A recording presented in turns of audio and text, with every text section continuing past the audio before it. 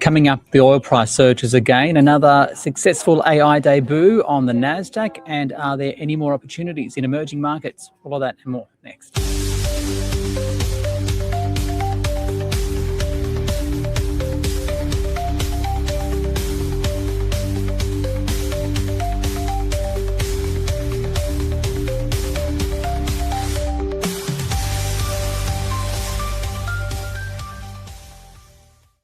Hi everyone, welcome to the SBS on the Money podcast for this Monday, the 13th of July, 2026. It's a day where the Australian share market finished flat despite trading in negative territory for most of the day.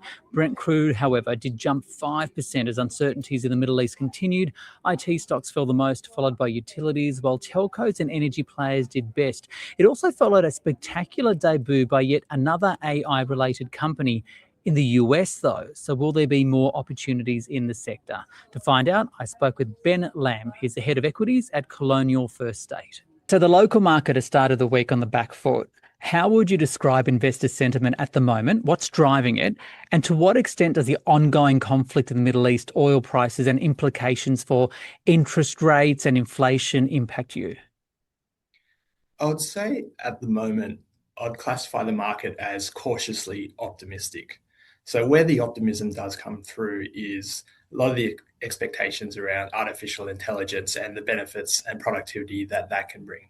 But as you've touched on there, it is a bit of uncertainty with the geopolitical situation, then the flow-on effects onto inflation and interest rates.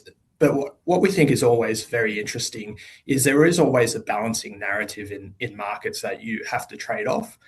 Do you lean more on the side of the optimism or the side of potential pessimism? And so for us, I think it is always that balancing act. So that's why I'd say the cautiously optimistic. There's a lot of potential with the AI boom, but as always, there's the risks that you need to balance out. Okay, let's spend some time talking about that AI space then. Over the weekend, we saw the successful debut of South Korea's SK Hynix, which is the world's second largest memory chip maker, on the Nasdaq in New York. Is this reflective of the demand for AI and tech-related investments at the moment? And what's the broader outlook like? I think to an extent it is the demand, but I think also what we really want to highlight, it is actually also a supply issue. So the success of SK Hynix as a memory chip maker alongside two other memory makers in Samsung and Micron is actually a lack of supply. So there's been a lot of discipline in terms of the manufacture of memory. But what has happened with this AI infrastructure build out is a lot of demand for memory chips. So what's happened is this disconnect between supply and demand. What we are seeing is a lot of positive aspects in terms of the earnings profiles of the likes of an SK Hynix and Samsung. As what the market and what we are thinking through is what is the robustness of those earnings? Will the demand side continue to hold up, or will the balance between supply actually coming on actually mean that the earnings profile might be a little bit more challenged? So I think similar to kind of previous, that there is this optimism about AI, but there's always this balancing act between supply and demand. So there's a lot of demand for AI infrastructure and AI computers. Everyone looks to experiment and tap into the great opportunities that AI represents. But at the same time, if there is too much spend that does go on, then we might come into a period of oversupply.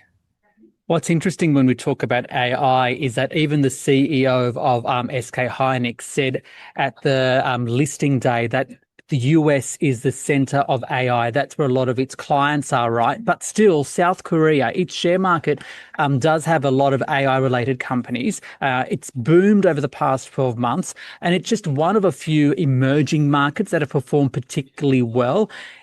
It's one of the reasons too, I believe, that superannuation funds have performed well over the past 12 months because of this diversification into emerging markets too. To what extent, though, are there still opportunities out there?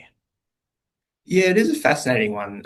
So we have been very constructive on the emerging markets opportunity. So we started looking at this space very proactively. We've had exposure for a long time, but looking at the valuation opportunity maybe 18 months ago. What is interesting about the performance over the past 12 months, it's actually been a very narrow subset of stocks which has driven market performance and the outperformance of emerging markets.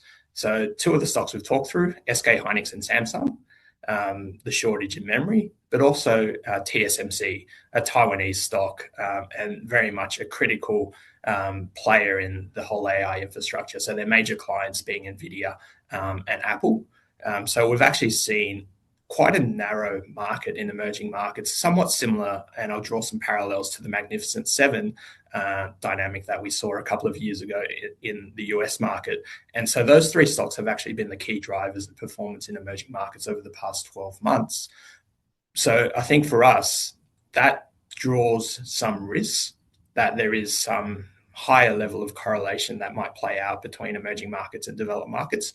But actually underneath the hood, the rest of the emerging markets still presents a lot of great opportunities that you've kind of touched on and highlighted. So given we've spoken about the opportunities overseas, especially with AI, what about Australia? Because tech exposure is quite limited. I know we've got the potential for AI data center group Firmus to potentially come on board. There's a possibility of the cloud-based graphic design company. I think they're calling themselves an AI company now too, Canva, which would be a great coup for Australia. But how do you get exposure to the sector here? Yeah, it's quite limited, as you've kind of touched on. So it would be great if there are more opportunities that present itself for Australian investors. So the predominant exposures that you do get in the Australian market are quite software oriented. So we don't get the same natural exposure to hardware and semiconductor opportunities. There are some data center opportunities in the Australian market, but they are somewhat limited. But I think the positive is if we do get a few more technology-oriented listings, fingers crossed, that would ensure greater diversification available for investors in the Australian market. That is Ben Lam there from Colonial First State, the head of equities. I should also mention that the South Korean listed shares of SK Hynix actually tumbled 15% today following a bit of profit taking and those US listing of its shares. But remember, the South Korean shares of SK Hynix are up more than 500% over the past year. Ben Lam wraps up the podcast for this Monday. Don't forget to give it a like, a review and subscribe if you enjoy it. And don't forget you can watch SBS World News because On the Money is on there, 6:30 weeknights on SBS. The podcast returns tomorrow. Drops after the market close, and we'll catch you then. This SBS On the Money podcast is provided for informational purposes only and should not be understood as constituting advice or a recommendation. It is not personal advice and it does not consider your personal circumstances or objectives. You should contact a licensed professional before making any financial decisions.